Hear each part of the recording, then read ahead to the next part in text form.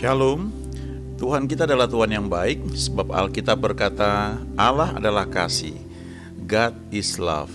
Dan dikatakan juga bahwa He makes all things beautiful in its time. Ia membuat segala sesuatu menjadi indah pada waktunya masing-masing. Oleh sebab itu kita bisa berkata bahwa God is good all the time. Tuhan selalu baik setiap saat. Haleluya. Apapun yang terjadi dalam hidupku ini, tak pernah ku ragukan kasih-Mu Tuhan. Lewat gunung yang tinggi, dalam lembah yang curam, tak pernah ku ragukan janji-Mu Tuhan. Kau berfirman dan sembuhkanku, Kau bersabda dan selamatkanku. Tiada yang mustahil bagimu, Yesus, ku percaya padamu. Kau berfirman dan sembuhkanku, Kau bersabda dan selamatkanku. Tiada yang mustahil bagimu, Yesus, ku percaya padamu.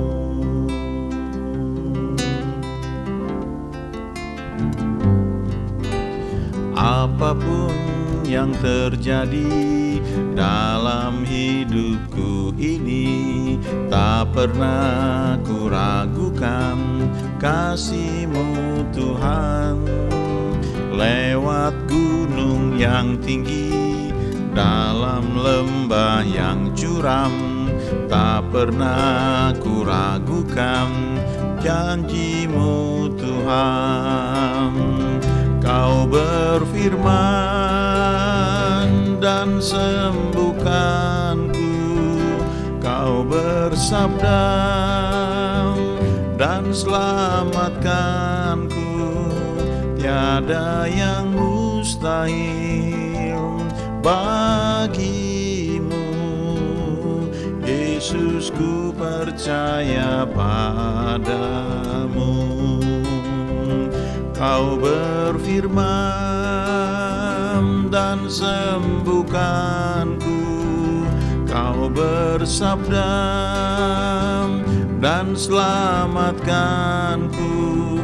Tiada yang mustahil bagimu, Yesus, ku percaya padamu. Yesus, ku percaya padamu.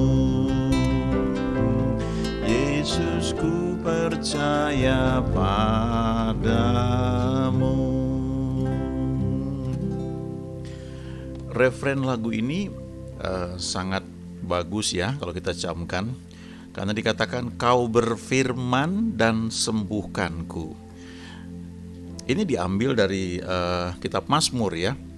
Mungkin juga ada ayat yang lain, tapi di kitab Mazmur dikatakan Kau mengirimkan firman-Mu dan menyembuhkanku, atau Kau berfirman dan menyembuhkanku.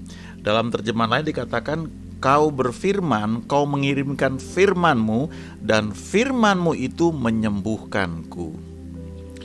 Lalu dikatakan Kau bersabda dan selamatkanku. Artinya ketika Dia bersabda, Dia mengucapkan perkataannya, maka aku diselamatkan. Lalu dikatakan tiada yang mustahil bagi Tuhan. Baru Yesus, ku percaya padamu. Sangat menarik kalau kita membaca firman Tuhan, khususnya kitab Injil. Yang disebut kitab Injil itu adalah Matius, Markus, Lukas, Yohanes. Ya, gospel ya. Itu kata Injil itu artinya kabar baik. Dalam bahasa aslinya, saya pernah dengar seorang hamba Tuhan bagikan, kata Injil itu artinya kabar baik yang begitu baiknya sampai sukar untuk dipercaya, ya, karena begitu baiknya, begitu luar biasa. Dan memang kalau kita baca gospel itu, ya, atau kitab Injil, itu cerita mengenai Yesus. Bagaimana Yesus itu datang ke dunia, dia adalah firman, ya, dikatakan di Yohanes 1, pada mulanya adalah firman, firman itu bersama-sama dengan Allah, dan firman itu adalah Allah. Lalu di ayat-ayat selanjutnya dikatakan firman itu telah menjadi manusia dan kita melihat kemuliaannya. Nah, jadi yang disebut firman, firman Allah telah menjadi manusia itu adalah Yesus, ya, the living word, ya. Jadi kalau kita baca kitab Injil, Matius, Markus, Lukas, Yohanes, kita melihat bagaimana firman itu menjadi manusia dan kita melihat firman dalam tindakan. Kita melihat apa yang Yesus lakukan itu sebagai firman yang dinyatakan dalam tindakan. Bagaimana dia menyembuhkan orang sakit, dan kalau kita baca semua orang sakitnya, semua orang yang datang kepadanya untuk disembuhkan, tidak dia tolak, ya, dia sembuhkan. Dan dalam banyak cerita bahkan mereka, contohnya perempuan yang sakit pendarahan, itu datang diam-diam, ya, nggak perlu bicara, ya, nggak perlu merepotkan Yesus, cuma pegang ujung jubahnya saja dan perempuan tersebut sembuh, ya. Kita melihat banyak hal, ya. Kita melihat bagaimana Yesus itu berjalan di muka bumi, berbuat baik dan menyembuhkan semua orang sakit. Nah, ada hal yang menarik kalau kita baca kitab Injil, ya, Matius, Markus, Lukas, Yohanes itu, kita akan melihat bagaimana ketika Tuhan berfirman, dia berkata, maka perkataannya itu mengandung kuasa dan sesuatu terjadi, mujizat terjadi. Satu ketika Tuhan Yesus berkata begini kepada murid-muridnya, perkataan-perkataan yang kukatakan kepadamu adalah roh dan hidup. Nah, kita lihat yang pertama misalnya Matius 8 ayat 8, ya. Ini cerita mengenai seorang perwira di Kapernaum. Perwira ini punya seorang hamba yang sakit. Lalu perwira ini punya iman bahwa Yesus bisa menyembuhkan hambanya ini. Jadi perwira ini datang mengirim utusan kepada Yesus dan berkata, Tuhan, hambaku sedang sakit, ya. Lalu Tuhan bilang, aku akan datang menyembuhkannya.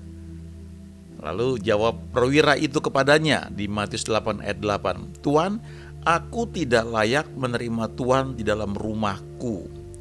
Katakan saja sepatah kata, maka hambaku itu akan sembuh.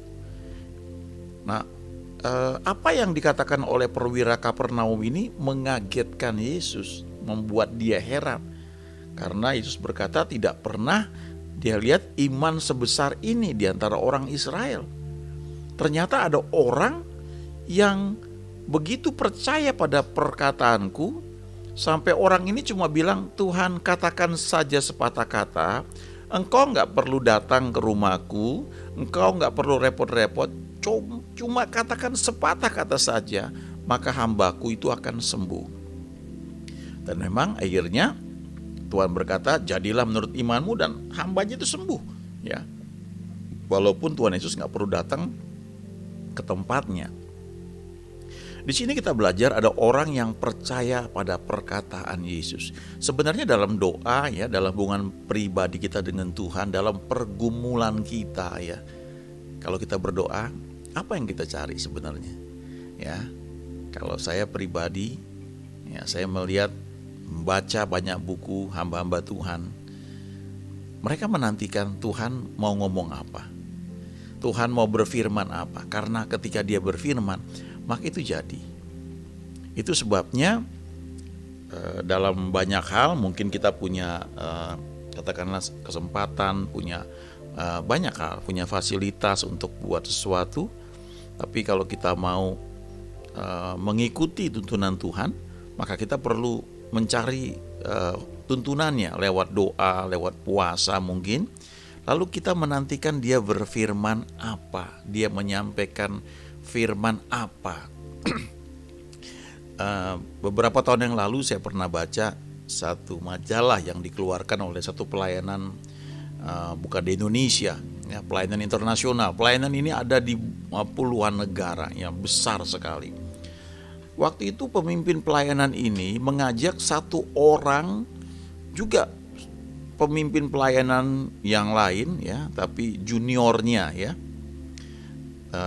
Jadi saya sebut aja lah namanya, yang senior ini namanya misalnya John, ya. Sementara yang junior itu namanya David, ya. Jadi John mengajak David untuk berdoa bersama-sama di kamar hotel setiap pagi selama beberapa hari.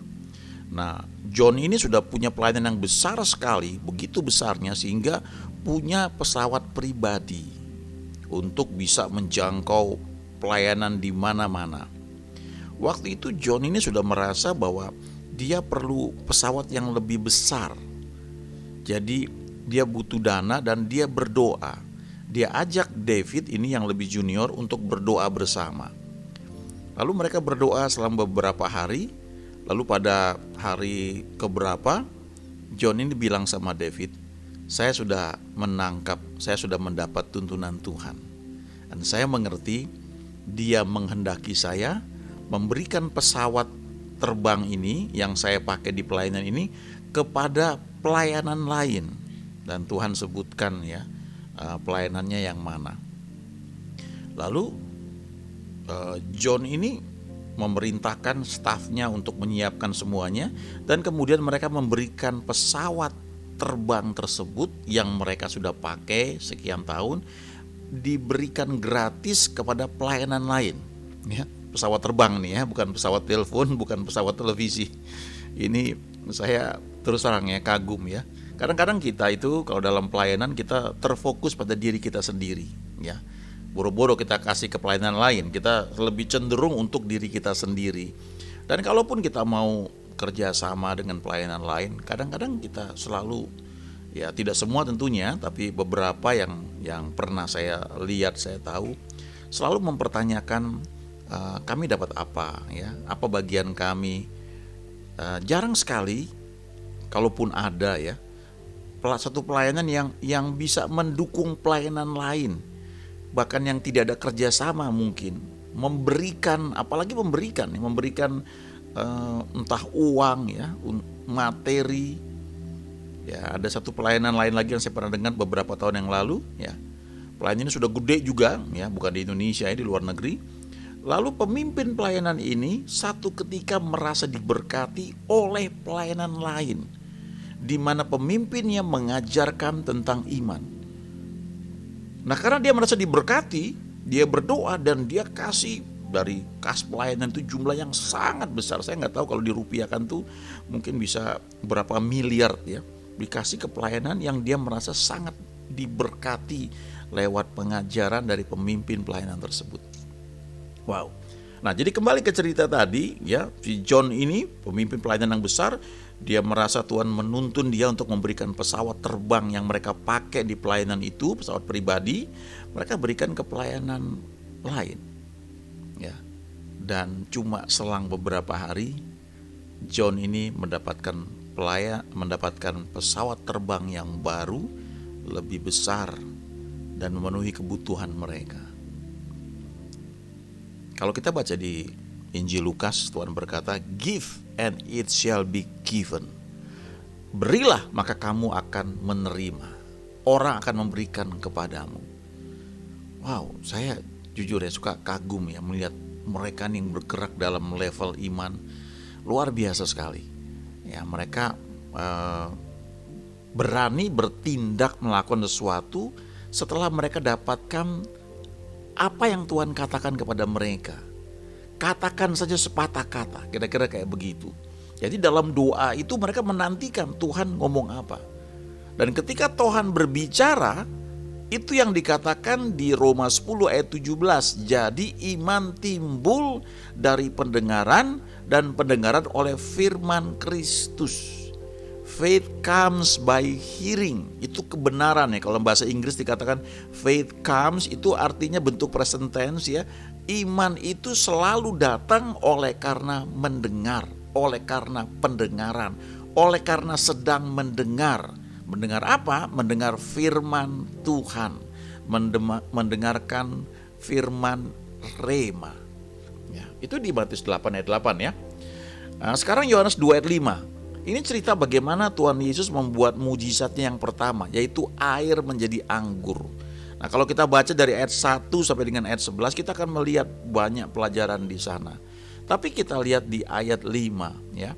Yohanes 2 ayat 5. Tetapi Ibu Yesus berkata kepada pelayan-pelayan, apa yang dikatakan kepadamu, buatlah itu. Nah, Ibu Yesus ini orang yang sangat kenal Yesus ya, karena dia mengandung Yesus ini selama 9 bulan di perutnya, lalu dia melahirkan dan dia mengamati pertumbuhan Yesus. Dia ingat ketika usia 12 tahun kepandaiannya sudah luar biasa. Jadi dia sangat kenal Yesus. Itu sebabnya dia bilang kepada para pelayan yang ada di pesta perkawinan di Kana, ketika mereka kehabisan anggur, Ibu Yesus berkata kepada pelayan-pelayan, apa yang dikatakan kepadamu, buatlah itu. Ini satu prinsip ya. Ketika kita mencari tuntunan Tuhan, lalu ketika dia berbicara, maka lakukanlah hal itu. Ya. Belajar untuk taat. Saya suka ingat cerita ini ya. Ada seorang anak Tuhan ya. Ketika dia diberitahu untuk mendoakan seorang bapak yang kena serangan stroke, maka anak Tuhan ini berdoa. Dan waktu dia berdoa malamnya, sebelum dia besoknya pagi-pagi dia ke rumah bapak tersebut untuk mendoakan, ketika malamnya dia berdoa, Tuhan berfirman kepada dia, katakan bahwa aku mengasihi dia dan aku mau menyembuhkan dia. Cuma itu. Jadi besok paginya ketika anak Tuhan ini ketemu dengan bapak itu, dan anak tuannya dibilang begini, Om, saya sudah berdoa untuk Om tadi malam, dan Tuhan berkata bahwa Tuhan mengasihi Om dan Tuhan mau menyembuhkan Om. Itu perkataan seperti pedang yang tajam menusuk amat dalam kepada bapak ini. Dan bapak ini yang mungkin selama sekian puluh tahun tidak pernah menangis, tiba-tiba menangis seperti anak kecil. Ya, mungkin tanpa sadar sekian puluh tahun hatinya beku, karena memang bapak ini dari satu suku yang memang barangkali pantang untuk menangis, apalagi bagi laki-laki. Jadi ketika dikatakan perkataan rema yang didapat oleh anak Tuhan ini, Om, saya sudah berdoa buat Om, dan Tuhan berkata Tuhan mengasihi Om dan Tuhan mau menyembuhkan Om. Itu langsung nangis kayak anak kecil. Dan memang setelah didoakan, bapak ini sembuh. Wow, kalau kita melayani ya, kemudian Tuhan berfirman kepada kita lakukan, itu enak sekali ya. Saya nggak tahu bagaimana Bapak Ibu teman-teman punya pengalaman ya dengan Tuhan. Tapi ajaib, kalau dia berfirman itu ajaib. Gak ada yang bisa lawan ya. Kalau bahasa Ambonnya bilang, sing ada lawan. Ada satu cerita yang mungkin sudah pernah didengar ya, karena saya barangkali suka kutip ini. Bertahun-tahun yang lalu, ini sangat berkesan ya buat saya. Jadi saya suka ceritakan ini, betapa penting sekali mendengar suara Dia dan melakukannya dalam ketaatan. Waktu itu saya ada di satu pelayanan yang menjangkau orang-orang kantor ya, orang-orang muda. Kami buat satu acara namanya jalan-jalan di kebun teh, tea walk ya, di Gunung Mas, di dekat puncak, pada tengah minggu hari Rabu, yang kebetulan itu hari libur. Ketua panitia waktu itu kami sudah rapat mungkin beberapa bulan sebelumnya. Lalu sudah dibuat flyer, disebarkan kemana-mana. Kami punya target 400 peserta yang bisa ikut acara itu. Kami pesan 10 bus. Tapi beberapa hari sebelum hari Rabu, yaitu hari Sabtu ya, kami rapat jam 5 sore ya di satu gedung di daerah Grogol, di satu bangunan mall ya. Jadi kami rapat hari Sabtu sore jam 5. Itu tinggal Minggu, Senin, Selasa, Rabu, tinggal 4 hari. Ketika dievaluasi jumlah peserta yang daftar baru 40. Nah itu bagaimana caranya? Berarti bus harus dibatalkan banyak sekali. Tapi waktu rapat itu, sementara pemimpin kami sedang mengevaluasi, saya punya dorongan di hati ya. Tiba-tiba ada suara kecil yang mengatakan, ayo doa semalaman di puncak dan ajak ketua panitia. Cuma itu. Lalu saya sampaikan setelah selesai rapat, saya bilang, saya merasa kita perlu doa semalaman di puncak. Lalu ketua panitia, karena dia melihat sudah usaha sekian lama hasilnya baru 40 peserta, maka dia bilang, ayolah kita doa semalaman. Lalu ada yang bilang, kenapa mesti di puncak, kenapa nggak di Kelapa Gading aja, saya ada rumah kosong gitu. Saya terus terang mikir juga ya, kalau ke puncak itu hari Sabtu, saya hari Sabtu masih kerja, itu pulang 2:30, pulang langsung rapat di situ. Wah rasanya capek juga kalau harus ke puncak. Tapi ketua panitia bilang begini, kalau Tuhan suruh di puncak ya kita nurut aja di puncak. Waduh, saya bersyukur dia mau lakukan hal itu.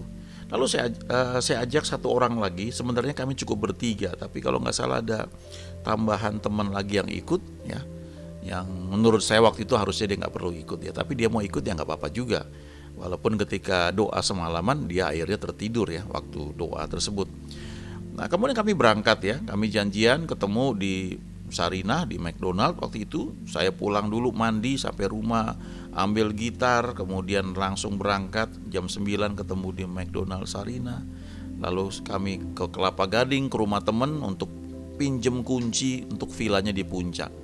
Kami baru berangkat jam 11 malam dari Jakarta, dan itu malam minggu, macet luar biasa. Kami sampai di villa di dekat puncak itu jam 1 pagi.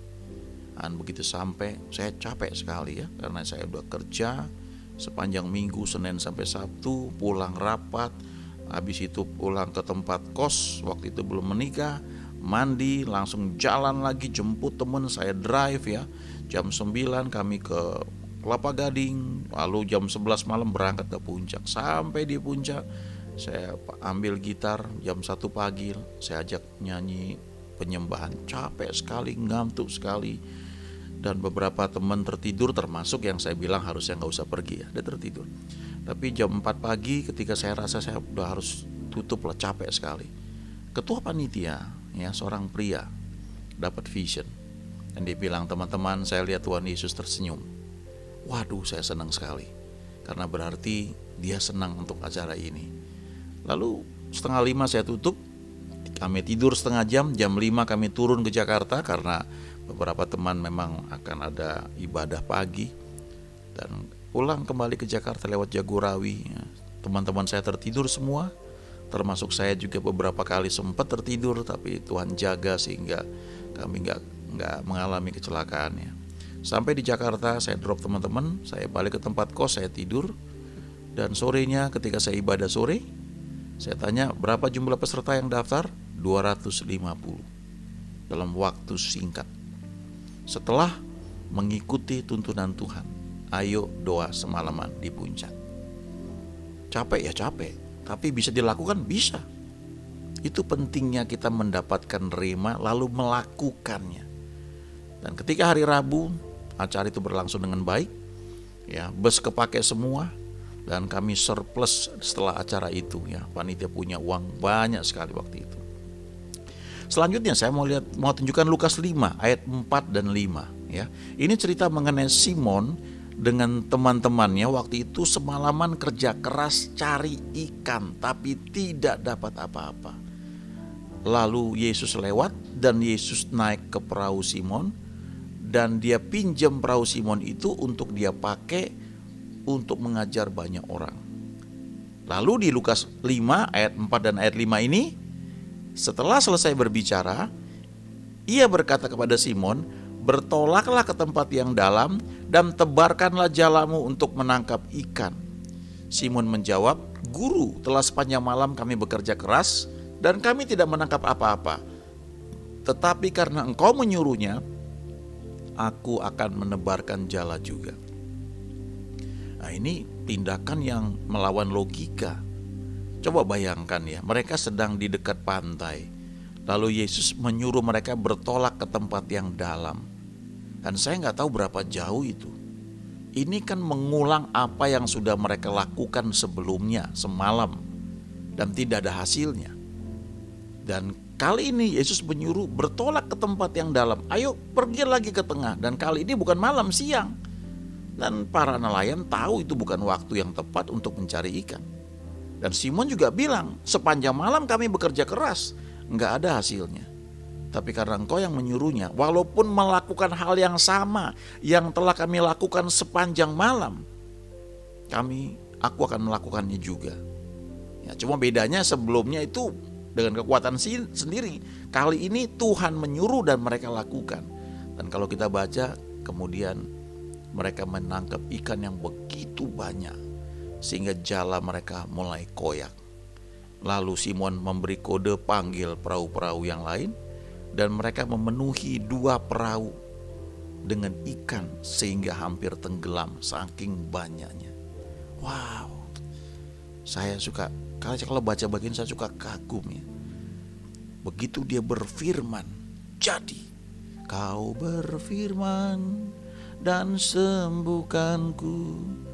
Kau bersabda dan selamatkanku. Tiada yang mustahil bagimu. Yesus, ku percaya padamu. Yohanes 21 ayat 6. Ini ceritanya juga mirip. Waktu itu Yesus sudah bangkit. Dan Simon dengan teman-temannya cari ikan. Sama seperti di Lukas 5. Tapi gak ada hasilnya. Lalu menjelang pagi, ketika hari sudah mulai siang itu, Yesus ada di pantai. Dan Yohanes 21 ayat 6, maka kata Yesus kepada mereka, Yesus bertanya, "Ada gak makanan?" Gak ada. Lalu dia bilang, "Tebarkanlah jalamu di sebelah kanan perahu, maka akan kamu peroleh." Itu firman-Nya. Lalu mereka taat, mereka menebarkannya, tidak di sebelah kiri tapi sebelah kanan sesuai dengan perintah Tuhan, dan mereka tidak dapat menariknya lagi karena banyaknya ikan. Wow. Setiap Tuhan berfirman dan kalau kita lakukan, mujizat terjadi. Jadi sebenarnya sebagai orang Kristen, anak-anak Tuhan, murid Yesus, yang perlu kita jaga itu adalah telinga yang mendengar, telinga yang taat, yang peka, lalu hati yang rela untuk taat. Itu kita sedapat mungkin mesti belajar itu. Sehingga apapun yang kita alami ya, bahkan termasuk melayani orang, mendoakan orang. Kadang-kadang kita sudah pakai formula langsung bla bla bla bla begitu. Ada satu hamba Tuhan yang melayani kesembuhan ilahi. Dia tulis buku yang begitu spesifik sekali. Kalau penyakit ini biasanya doainnya begini, penyakit ini doainnya kayak begini. Lalu di kata pengantarnya dia bilang begini, "Saya takut juga buat buku ini. Memang ini pengalaman saya sekian tahun. Dan dari pengalaman itu saya bisa kumpulkan kalau orang sakit ini biasanya masalahnya ini, cara doainnya seperti ini." Dan dia bilang begini, "Saya takut ketika orang baca buku ini, orang lebih percaya pada buku yang saya tulis ini dibanding bergantung kepada Roh Kudus." Nah, kalau kita pakai cara kita, itu metode. Tapi kalau kita jaga telinga kita untuk mendengar dia berbicara, itu artinya kita bergantung sama dia.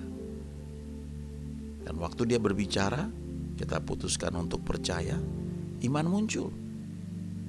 Ya, ada satu gairah dari dalam kedalaman kita ini. Ya, mata nggak lihat, telinga nggak mendengar, logika bilang nggak masuk, tapi ada satu rasa percaya gitu yang muncul. Dalam bahasa Inggris itu sering disebut begini, I know that I know that I know that I know that I know. Gak bisa dijelaskan, tapi I know, saya tahu. Itu iman ya. Dan waktu dilakukan, boom, ya, mujizat terjadi. Ini harta yang luar biasa.